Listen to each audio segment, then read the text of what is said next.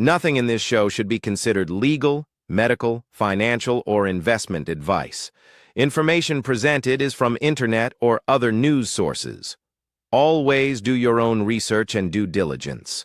We're not responsible for and expressly disclaim all liability for damages of any kind arising out of use, reference to, or reliance on any information contained in this broadcast.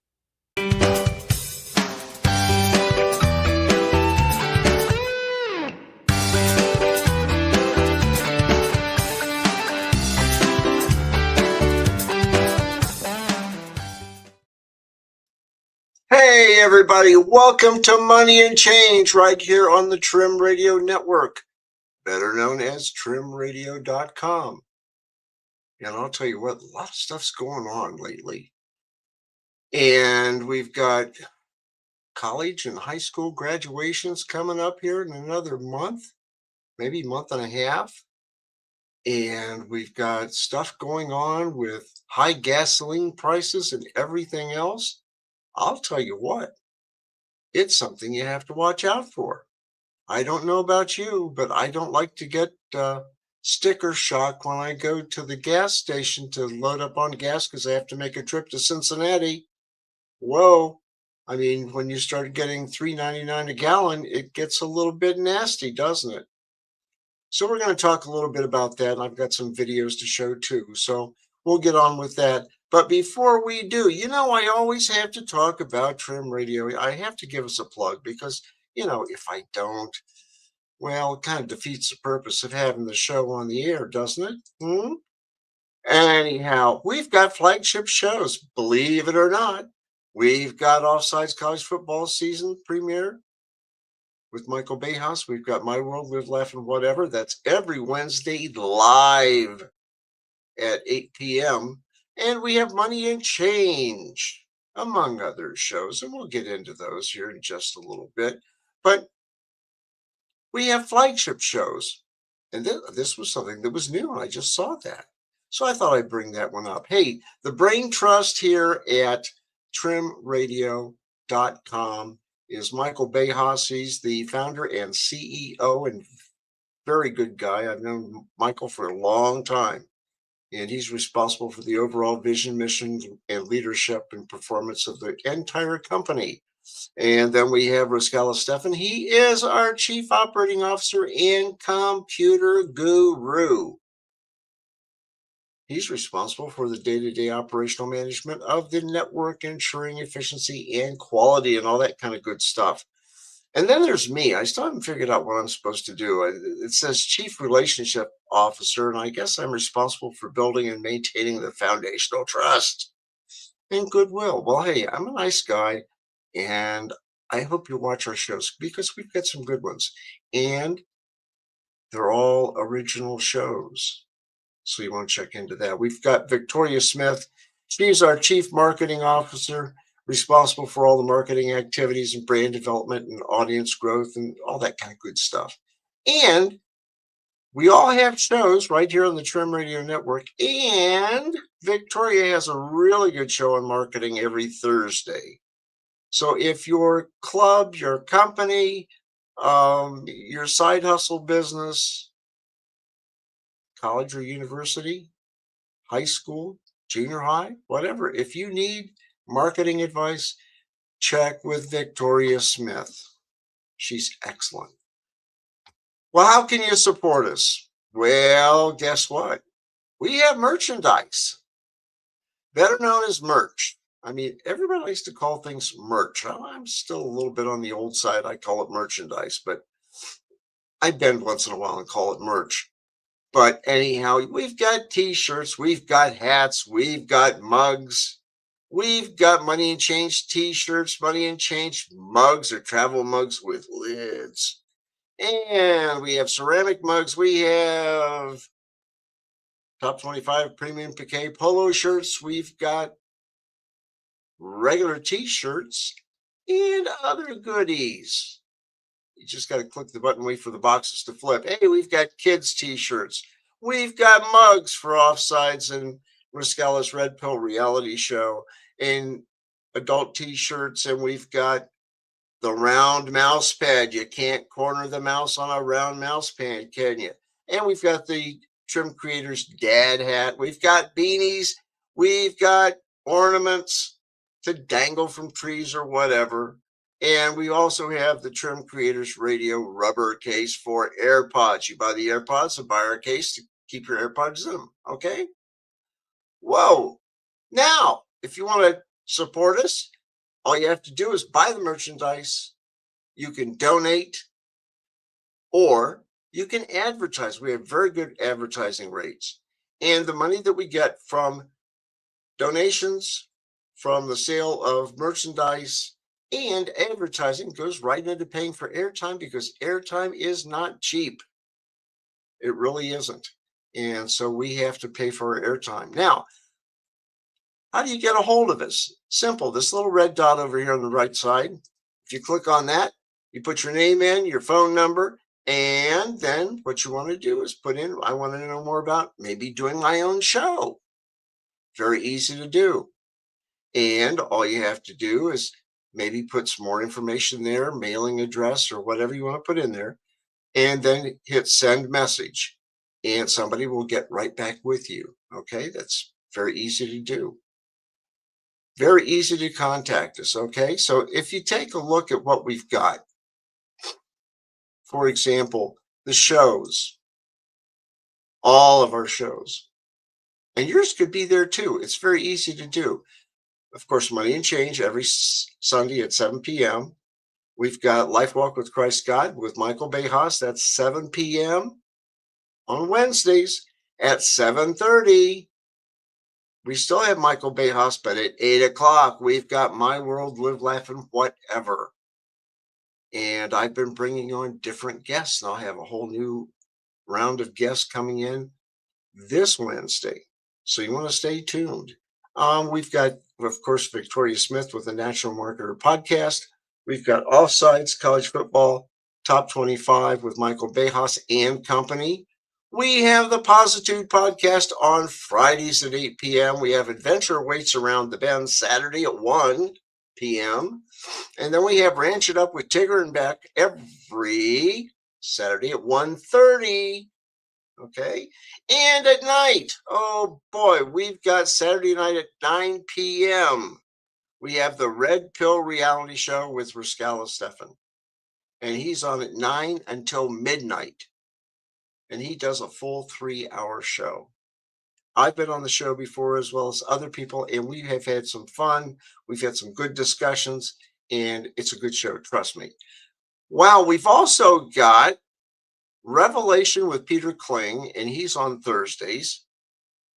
And then we have Let's Talk About It with Dora Sherry, and she's on Tuesdays in the afternoon. And your show could be maybe in this blank spot here, or more shows can go there. All you have to do, like I said, is hit the contact us button right there. That's all you do. Hit that red button and let us know what you want to do. If you want to contact us, hit that red button, say, hey, I want to get a hold of Stu. I want to be on his show. Okay. Or I want to donate, whatever. Just let us know. Okay. Very easy thing to do. Then you click the blue button that sends it off. Well, what else is going on? We have our Facebook page, Money and Change / Financially Prepped. And all you have to do is take a look at that page. You'll see my artificial intelligent mug. Well, not the mug. The mug's down the corner. My face is on there. Oh, I'll tell you what. It's amazing what artificial intelligence will do to you. Okay. But if you want to find out what's on the show, check out in the comment section down below. It sounds like a rhyme, doesn't it? But all the topics that we have will be listed there, and it will be for all the shows. You just go back and check the archives, and you will see everything for the show. It's a good deal. So, if you want to find out where the national debt clock is, we've got the links to that. We've got other things going on with gas stations, everything else that we're going to talk about. Okay. So it's right there. So if you miss the show, guess what? When the show is done, it automatically gets uploaded to YouTube. And as soon as I get the link to that, I go ahead and put it on our Money and Change / Financially Prepped page. So it goes right there afterwards. If you miss us on YouTube, we are also on rumble.com. Just look for Trim Radio and our shows will be there. Okay? Very easy thing to do. If you want to join our group, all you have to do is let me know. Hit that little red button on the right-hand side on our regular page, and I'll go ahead and get you in there. Now, one thing, something that's new, and they change things on me all the time, but they've added a poll, so we can now do polls. And so from time to time, you might have a poll there that you can take during the show. Okay? But check us out. We're on Facebook. We've been on Facebook for quite a while. And it's fun. And if you don't belong to Facebook, check us out on YouTube and Rumble. Okay? A big thing here. Everybody says, it's tornado season. And the other night, I was watching Max Velocity. And Max, his last name really isn't Velocity, but Max was doing a weather show, and he's very accurate, very good, covers the United States. And he talks a lot about the bad weather that's going on. And he was mentioning something like, at one point, there were like 50 tornadoes a couple days ago out in the Midwest. And they started out, of course, in Oklahoma, in that area, Texas, Oklahoma, Kansas, and started coming towards Ohio. And I get worried because I've been through 3 tornadoes and 1 hurricane.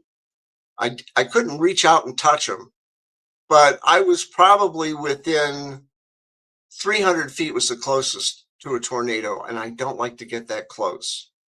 So I like to be prepared. And so the Red Cross has a great page. It's redcross.org, O-R-G. And what do you do before a tornado? And there were, at one point, like I said, 53, then it went up to 70 some tornadoes later on. Luckily, we didn't have any here in Western Ohio, where I live, which is great. But like I said, I've been through 3. I don't want to go through a 4th, okay? They're interesting to watch, but not fun to be in. So anyhow, you can take a look at everything here. And do you have a kit to be prepared? Checklists. You can get it in English. You can get it in Arabic. You can get it in Burmese. You can get it in French. Hakachin, I never heard about that one. Polish? Yeah, I've heard Polish. Spanish, traditional Chinese, whatever. You can download and you can get it there. And the checklist is there for those of you watching right now in English. Okay, here's the checklist. Okay, what you need to do. And you can check that link out. Okay. It's tornado season here in the Midwest, and you got to be prepared. If you're not, you have a problem. And I always tell people, hey, what you need to do is make your own kit. Do you have flashlights? Do you have extra batteries? Do you have bottled water? At least 1 gallon per person per day. That's the absolute minimum. But I'm going to tell you right now, the latest numbers are you need 3 gallons per person per day, because you have to clean and you have to drink liquids, okay? So you have to have that. So 3 gallons per person per day. Do you have batteries? Are your tablets charged? How about your laptop? Do you have a backup battery for your laptop in case you need that? Do you have your records together in a folder that you can take with you? Put it on a thumb drive. Be prepared. Do you have food? Do you have food that you don't have to cook with? Or do you have things that you can cook food on because you may not have electricity for a stove? So you might need propane. You might need a sun oven, whatever. How about communication? If the cell towers go out, your cell phones won't work. Landlines could go down. That's why I've been telling people for quite a while now, get yourself a GMRS radio, General Mobile Radio Service radio. Okay? This is an Ocean 935G Plus with a Nagoya 771G antenna. What the heck is that? Well, with this, I can talk to a repeater in Dayton, Ohio, 35 miles away. Get on a repeater and I can talk out 90 miles beyond that. And I check it every week. I'm not on every night, but I check it every week and to see who I can talk with up and down I-75. I've gone as far over as past Columbus, Ohio, and I've been over into Indiana and Connersville. I've been down to almost to Cincinnati, and as far up as about Fort Wayne, Indiana. So these are good radios. These are not bubble wrap radios that you get at Wally World, better known as Walmart. You won't get these there. This comes from buytwowayradios.com or buytwowayradios.com. Yeah. There are a lot of other sources. Trust me, I don't get paid for talking about these things. I like to have them because in an emergency, they're really good. Trust me. And they also have FM radios in them. And you can listen to the radio stations. They also have, some of them have no weather radio. It's really good. But getting back to the subject here, you got to be prepared. And that's what I'm telling everybody, because with the bad weather, you have to be prepared, period. Because if you're not prepared, the government's not going to help you. You're on your own for quite a while until help suddenly arrives. Take a look at what happened down in New Orleans when they had the hurricane that hit down there. It took several days to get things organized. And yeah, it was a big hurricane.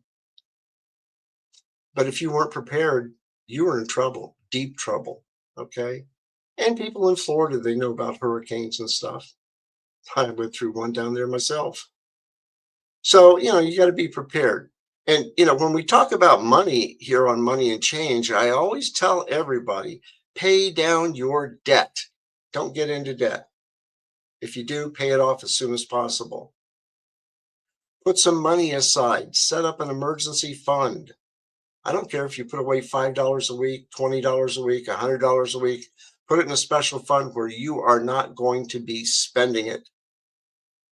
And if you need to repair your car or, get a new appliance or food or water, whatever, pay your rent even. You can do that out of an emergency fund. And people say, well, how much do you need? Well, to start off with, I would say at minimum $1,000 and maybe up to $3,000 if you can do it over a period of 6 months. Save it up. Because when the ATMs don't work, you're still going to have to buy food. The other thing is, start buying long-term food, canned goods, dried pastas, and putting those into storage. Buy some blue tarps for your roof in case the roof blows off during a really bad storm. Make sure you have the right clothes for the season. Make sure you have battery backups. Make sure you have your medications. And that's a big thing. Make sure you have your medications if you need them, okay? A lot of things to consider. So pay down your debt, buy some long-term food, put some money aside. Make sure you have your medications. Make sure you have a good first aid kit too, and not one of those little ones that they have 500 bandages and you open it up and it's 500 Band-Aids and that's about it. And maybe a tube of some type of solution you put on the cut. You need something better than that, okay? Make sure you have those tarps. Make sure you have your food and your clothing and so forth. And build a good kit. You can go to Red Cross and they will have a list of things that you can get. Another source is LDS.com. And you can get things from there. They have all kinds of lists. Okay, so that's something to take a look at. Whoa, we got to get into the rest of the show, don't we? Well, let's hit the magic button here and we will go and start with what we need to talk about, because if we don't, we'll run out of time. How about ditch the sanitizer and exercise your immune system? Yeah, that was in Zero Hedge. How many people during COVID went out and bought a whole bunch of sanitizer, hand sanitizer? I know I did, and they put such a scare into everybody, and a lot of it was not necessary, because if you wash your hands with a good antibacterial soap, or you use just any soap and you wash your hands very well in hot water, or if it's cold water, you wash your hands longer, but that takes care of the bacteria. And in a lot of cases, hand sanitizers don't really work.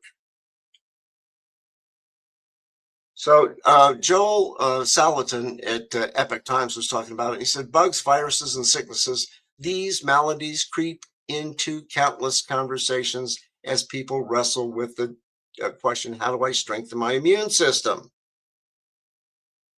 You know, everybody says, well, I'll just get hand sanitizer. I'll pour some alcohol on my hands. How about a spray bottle with peroxide? That's one of the best you can get, and it's the cheapest too. And they say, well, maybe a pill or a needle or some kind of medical treatment, you know, I might need it. So how do I sanitize everything? And wash your hands. And that's what you need. Okay. And so, you know, people groups who cultivated close relationships with domestic farm animals develop better immune systems, because you're around animals, you're around dirt, you're around things on a farm. And you pick up these little bugs and so forth. As long as you clean your hands and clean your food before you eat, before you do anything, you're going to be fine. You don't need a lot of hand sanitizer. You know, I remember riding someplace in a car and people started putting hand sanitizer on because we were going to go into a restaurant, or they were germaphobes and they were going to go someplace, and the stuff stunk up the car. And I'd almost think if you lit a match, the car would explode. I mean, that stuff was potent. So anyhow, you can read that article on your own. Hey, when you take a look at the debt clock and you say, well, why do you look at the debt clock? Because you can see how deep in debt we're actually getting. If you look at the national debt right now, it's $39 trillion and climbing. It's actually 39,139,183 million, and zooming from there, that's $113,913 per citizen. Now for taxpayer, that's $357,069 per taxpayer. Do you have that laying around? No, neither do I. So how did we get there? Well, the government likes to spend your money. And like I always say, they spend like drunken sailors. But, you know, anymore, sailors know when to quit because they run out of money. And really anymore, they're not allowed to drink. Okay. So that's an interesting thing on itself. I just read that the other day. They're really not supposed to go out and get hammered, if you know what I mean. But, you know, the US debt clock is fantastic. There's a lot of data here, and it's supposedly real time. And there's a lot of information here, a lot. And you can even check it out for your state. So check it out, usdebtclock.org. Wow, gas prices. I was looking just before the show, and I said, what are we going to run into with gas prices? Because it's going up and down and up and down. And you pull into, I don't care if you go to Murphy's or you go to Wawa, whatever, or Sheets or Bucky's. What's the gas prices? And when it gets up to $4 a gallon, people go, man, I can't afford to go to work with this. And if I do, can I afford to eat? So I went ahead and did artificial intelligence just to see what I could pull up before the show. And it said, as of mid-April 2026, the U.S. national average gas prices are over $4 a gallon, while diesel prices have surged, with some reporting showing nearly $5.60 a gallon due to geopolitical tensions. Diesel prices are rising faster than gasoline, and prices are expected to remain high into 2027. So what's that going to do to your food prices? Because, gee, semis use diesel, and they're delivering all of our food to the grocery stores. I mean, how many deliveries a day does Walmart get in your local Walmart store? You know, they could have probably 10 deliveries a day. Kroger's, a local Kroger's might have 5, maybe 6. And what happens if they couldn't afford the gas and they couldn't bring anything to supply the store? How long would the store last? 3 days. That's the latest, is 3 days. That's why you prepare. That's why you build up your food supplies at home. And if you don't, who's going to save you? Social services through the churches and other agencies might be able to help you for maybe a couple of weeks. But if everybody's going to the same place, it's going to go by very quickly. So you need to go out and you need to buy your canned goods. You need to buy your freeze dried. You have to have a way to store things, maybe in freezers if you got freezers, dry goods and so forth. You have to think ahead. Now, the national average gasoline is approximately $4.04, almost 5 cents per gallon regular.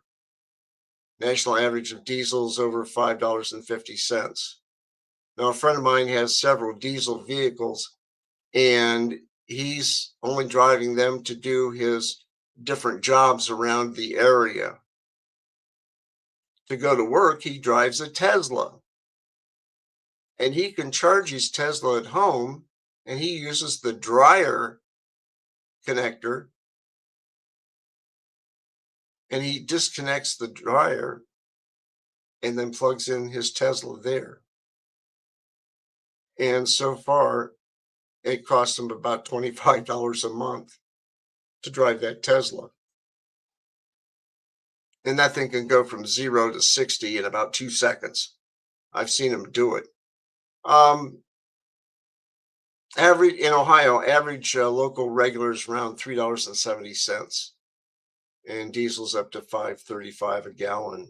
So you have to take a look at what's going on. The Middle East tensions, and are the tankers getting through the Strait of Hormuz? Basically, from Iran, we only get about 20% of our gas, just 20%. The rest of it is all U.S. based. So we're better off than a lot of countries. Okay. Well, let's see what I have video here. Watch this one. War continues to cause major disruptions in the global energy market. Prices of crude oil and global natural gas remain stubbornly high, even after an initial ceasefire agreement.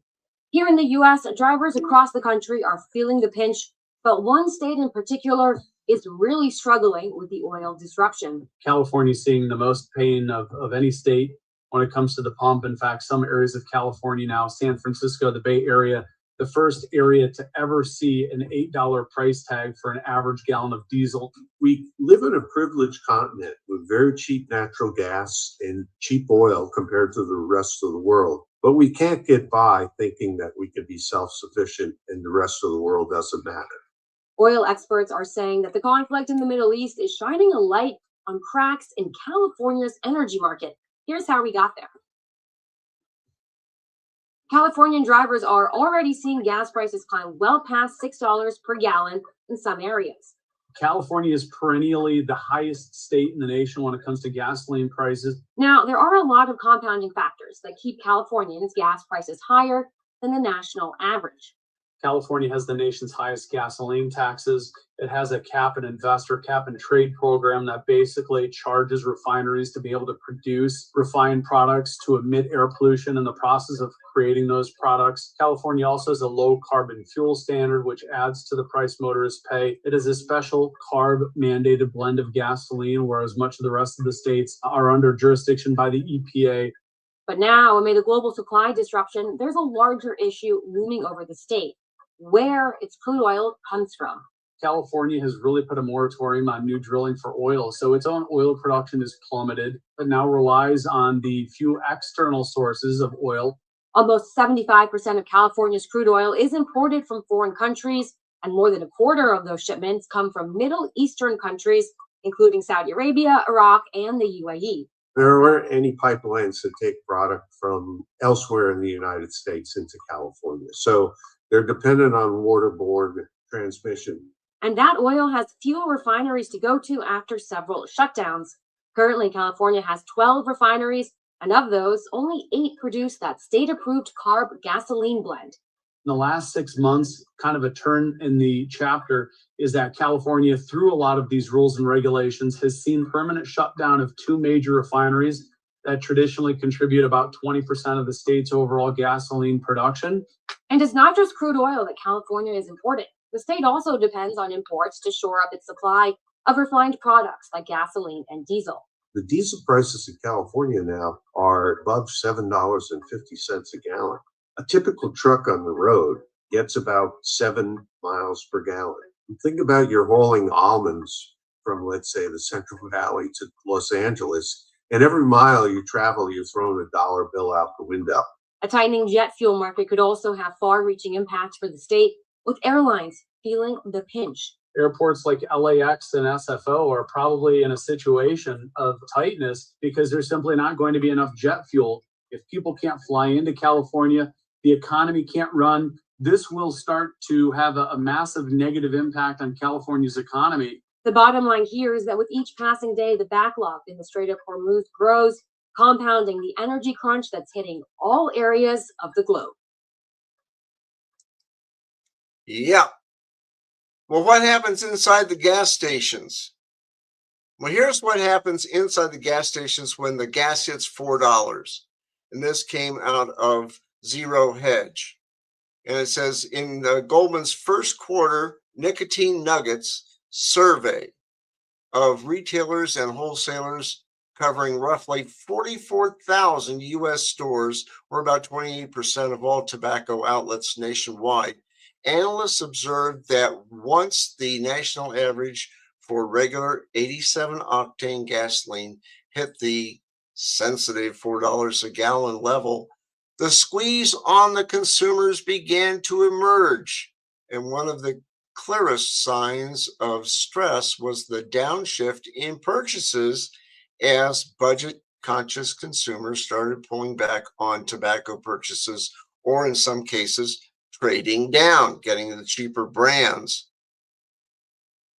Wouldn't that go for other things in the convenience stores? So instead of going back and getting an expensive 2-liter bottle of soda, or as they say here in the Midwest, pop, or going and getting some expensive candy bars or other snacks, they don't do it. They cut back in what they are purchasing. And so those stores notice a decrease in income. And some of the things that they have are dated, so they can only have them so long. and then they have to get rid of them. In some cases, all they do is lower the prices the closer it gets to the expiration date. But you take a look at this, Exhibit 20 here. Retail gasoline prices remain elevated relative to historicals, and regular grade gasoline retail price per gallon is showing that, okay, per gallon and versus per barrel. And so right now, it's a little under $100 a barrel. And Exhibit 21, most retailers notice changes in consumer behavior as a result of the prices reaching $4. A lot of people are shopping around different places. And if I can get it down the street from Murphy's, 2 cents cheaper, I'll go down there. And sometimes you build up enough points where you can knock off 10 cents a gallon or more, depending on where you go. Especially if you buy a lot of stuff at Kroger's, you can build up significant savings there. But as prices go up in gasoline, people aren't going to be buying as much. They're not going out to eat as much. If you go into a fast food place, you notice that, for example, you go into Wendy's. We used to have a very busy Wendy's. And now when I go there, they are not that busy. They're busy through the drive-through, but not that many people eating inside. And the place is clean. They have good staff and everything, but people just aren't eating out as much. And that's going around to a lot of different places. And the mom and pop restaurants, they're even having a bite because people aren't coming in. Just take a look the next time you go out to eat sometime, or you go into a convenience store when you're buying gasoline. How many people are actually buying things? Well, these are the U.S. cities where no one can afford a large home. And I put the link so you can go to that. But on the East Coast, New York City presents a different kind of affordability challenge. While the cost per square foot to purchase a home is significantly lower than in California's top markets, rental prices are the highest in the nation, more than $3,600 a month.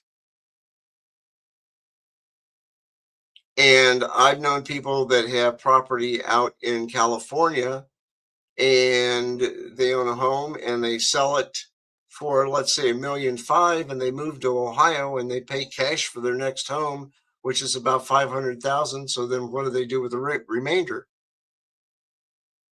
They can do a lot of things, okay? Because land value in California is way overpriced. It's way overpriced in New York.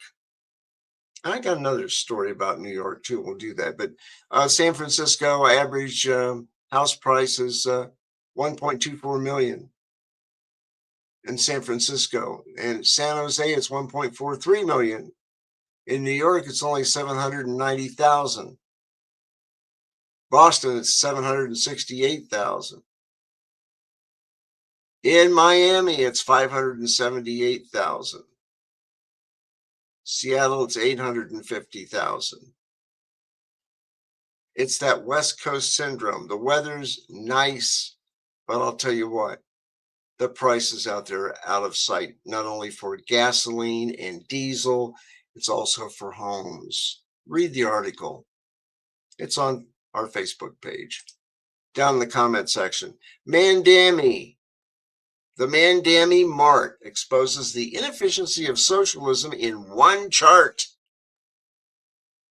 And remember that Mandani happens to be the mayor. Zoran Mandani proposed a city-owned grocery store in East Harlem, and it would require roughly $30 million in taxpayer money. Okay, so who's paying the price? The taxpayers, right? $30 million. And it's a 9,000 square foot store. And basically, the construction cost, according to the article, was about $3,000 per square foot. Well, then, if you look at the chart, the most expensive affordable grocery ever is Mandaney's Mart. Beneath that is HEB. Now, HEB, if I remember right, is out kind of like in the Midwest. Maybe it's Utah, out in that area. Whole Foods per square foot is about $357 to $595 per square foot. Mandaney is $3,333 per square foot. Aldi's, everybody has Aldi's around anymore. It's $250 per square, up to $400 per square. And you take a look at Kroger, it's about $250 to $333 per square feet. And then you have Publix markets, and Publix markets are at between $220 up to $400 per square foot. And I'll tell you what, out of all of those, and I've shopped at Kroger's, I've shopped at Aldi's, I've shopped at Whole Foods. I've never been to HEB, and I'm never going to go to Mandaney's Market. I've been to Publix, and I loved it. They're down in Florida in the South. And I'll tell you what, great produce, great customer service. I wish we had them here in Ohio. The farthest north that they've gotten is about the middle of Kentucky. It's a great grocery chain. It really is. And everybody gets a cut of the profits. That's amazing. Well, anyhow, you pay $3,333 a square foot, and you say, well, it's New York. Well, it's not going to work anyplace else. And who's footing the bill? The public is, the taxpayer. Hey, I always talk about the University of Findlay. I have to talk about Findlay sports. I always tell you about www.findlay.edu. It's a good school. It's located in Findlay, Ohio.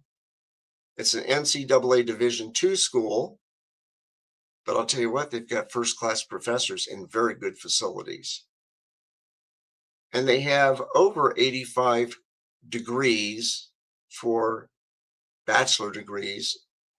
And I believe they have 15 master's degrees and 5 doctoral programs. Very good facilities. They have 3 campuses.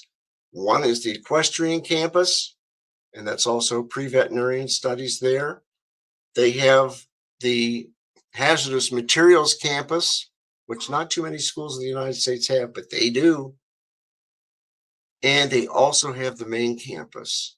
And I'll tell you what, it's a nice campus with about 4,000 students. And I'll tell you what, the professors are great. The president, Dr. Kathy Fell, she's retiring. She's been fantastic. They've got very good sports programs there. Very friendly students. And you have a lot of international students there. They're all over the world. I remember I had people that I knew from Israel. I knew people from Jordan. I knew people from Kenya, Ghana, South America. It's kind of an international school. It's very good. Fantastic place. But they also have sports. And I don't really talk about their sports that much. But you take a look at the President's Cup. Hey, highest score, number 1. NCAA Swimming National Champions 2026. National champs. You ever hear of a Division II school doing that? Hey, golf. Great Midwest Athletic Conference champions. Fantastic ladies golf team. Ladies softball, they are fantastic. They're on a hitting streak. They're something else. Got a lot of good people. Track team. Okay. Lacrosse. tennis. They don't play tiddlywinks. They have all kinds of good sports. And these are just a few of them. So you can imagine how good these people are. Check them out. University of Findlay. Their spring game was just this last week, and the football team and new coach and everybody is getting together on the field and having a good time. Parents came up to watch it, and I'll tell you what, I'm looking forward to going up there for that. So check out the University of Findlay, www.findlay.edu. Okay, they're on Facebook too. You can check them out. What else is going on? American Airlines shuts down United merger talk as Wells Fargo signals another possible tie-up. Well, this was in Zero Hedge. Certainly past week saw several key stories to look at in the aviation world, and the first came the story that Spirit Airlines could be liquidated at any moment. Well, the price of jet fuel is up, and it's getting scarce for airlines, and so they're worried about different things. Anyhow, Wells Fargo analyst Christian Weatherby told clients that the American United merger was unlikely, but on his radar was an opportunity for United and Delta. I don't know about that. It's a possibility. Delta has bought out several other airlines, and I think that Delta would probably buy out United. I know I've flown on both. My preference is Delta because I hate sitting on a tarmac in Chicago for 3 hours waiting to go to Columbus, Ohio. I remember that when that was a nightmare for me. But watch for mergers, okay? The big airlines will probably gobble up some small ones. They always do. Oh, hey, a vicious treasury market emergency at our doorstep. I told everybody to set up a deal where they have some money set aside. If we ever have a problem with banks, and they say we're going to have a banking holiday for a week, you better have some cash at home to pay your bills. And what happens if that holiday lasts for more than a week? Maybe it's 3 weeks or 4 weeks. What are you going to do? Oh, I'll just use my credit card. Well, hey, they may not work. And then how are you going to pay? That's why I say pay down your debt, put some money aside, because cash still talks. So remember that one.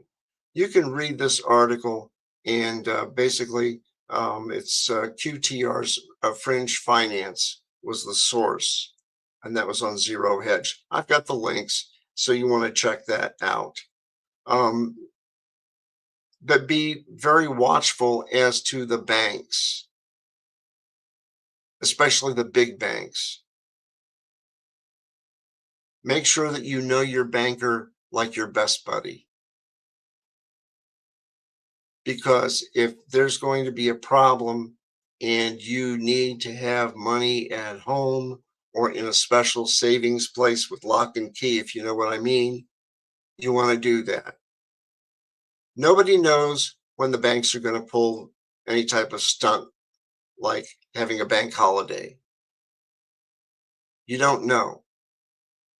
And you could read bankrate.com. You could go to FDIC and look at failed bank rates. I mean, I followed that for a few years. And there were a lot of banks being bought out by other banks because they didn't have the liquidity to run the bank, bad loans and so forth. So keep your eye on the markets and act accordingly. You can go talk to a banker on the side and say, hey, what's going on? They may tell you, they may not. So that means you may have to go to the internet and start looking up different things. And FDIC, failed banks, that's something to take a look at, okay? But keep some cash in a safe place so that if the banks are closed and you cannot use your credit card, you will be able to buy food, you will be able to buy gasoline, okay? Cash still talks. New York State loses $73 million in federal highway funding over failed CDL revocations. That was Brian Hyde at American Greatness. And he said over $73 million in federal money funds are being withheld from New York State after an audit found more than half the state's commercial driver's licenses, or CDLs, were issued to foreigners illegally. Think about people out west. Think about people in other states. They need that federal money for highways.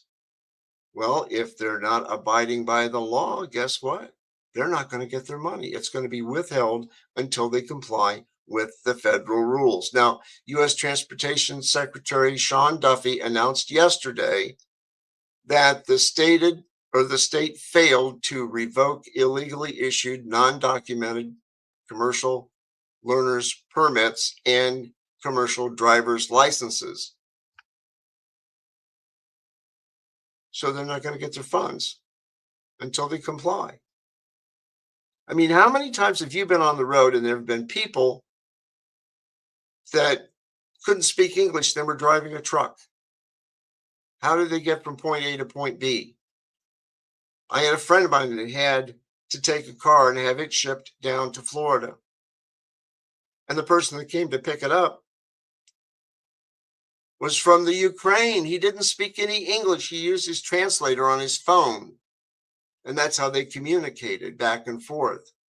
Well, this car eventually got down to Florida. It was amazing.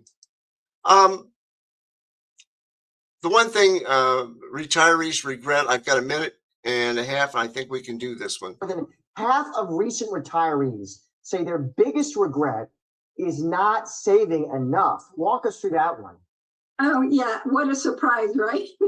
It's like, that's what they're telling. I mean, this is another report I looked at this week, and it's just going like, oh my goodness, these are people who retired. They looked at people who retired in the last 5 years, right? Now, Josh, let's think about it. It's been kind of a crazy bunch of years here. There's been high inflation. We've had a pretty volatile stock market.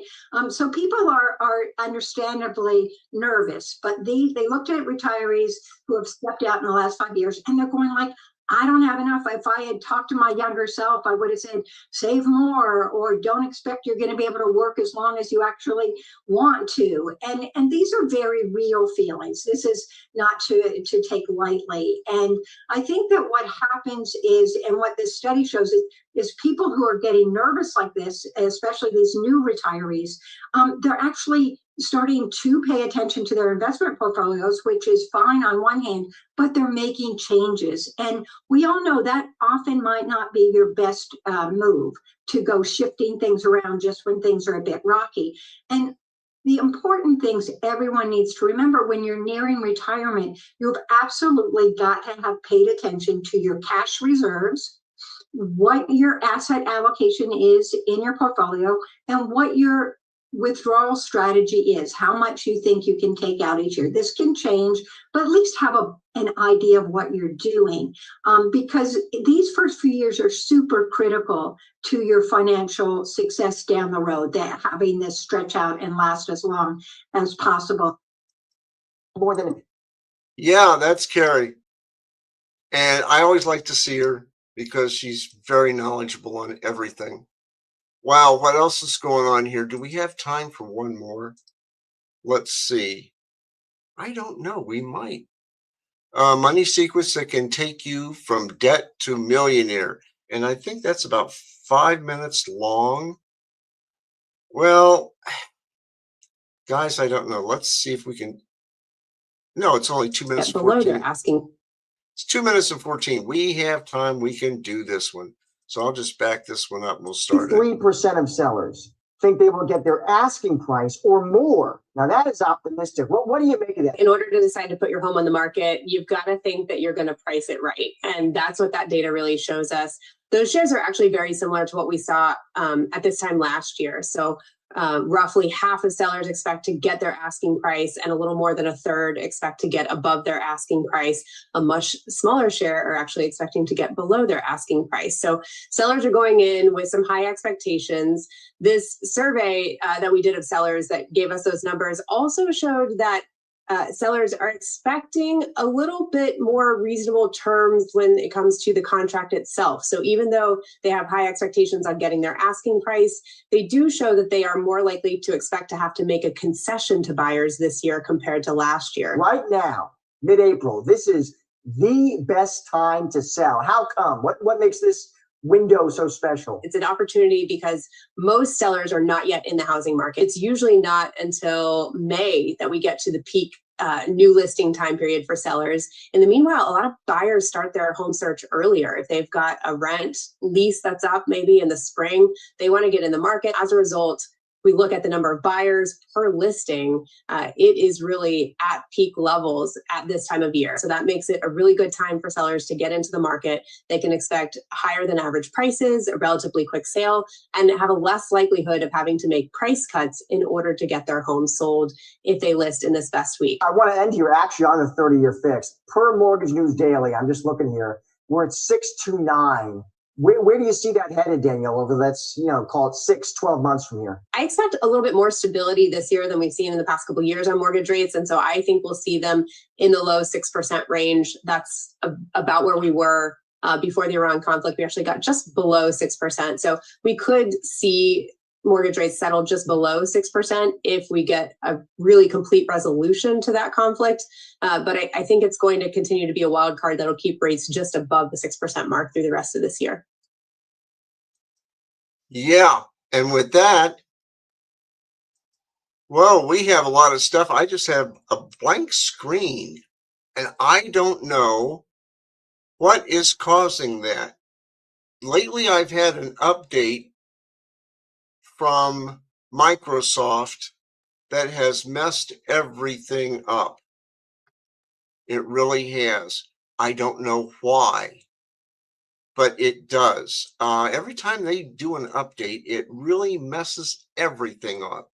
And this last time I had a situation where the screen goes totally blank and then kicks back in.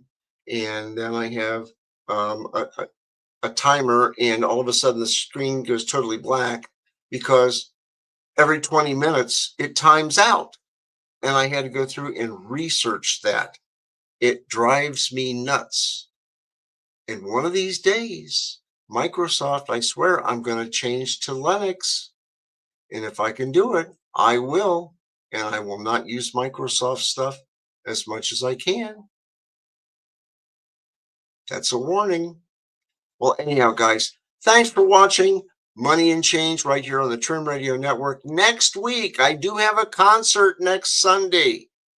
So I will be putting an encore edition on our Facebook page, and you can watch one of our past editions that I put up there, okay? This will be the first concert of 6 this year. So you get a break from me next week. Anyhow, have a good week, save your money, put some money aside, buy your long-term food, and start preparing, because things could get a little dicey, okay? Don't say I didn't tell you. With that, have a good week, and we will see you Wednesday on My World, and I'll even have some guests on that one. We'll have some fun, too. See ya.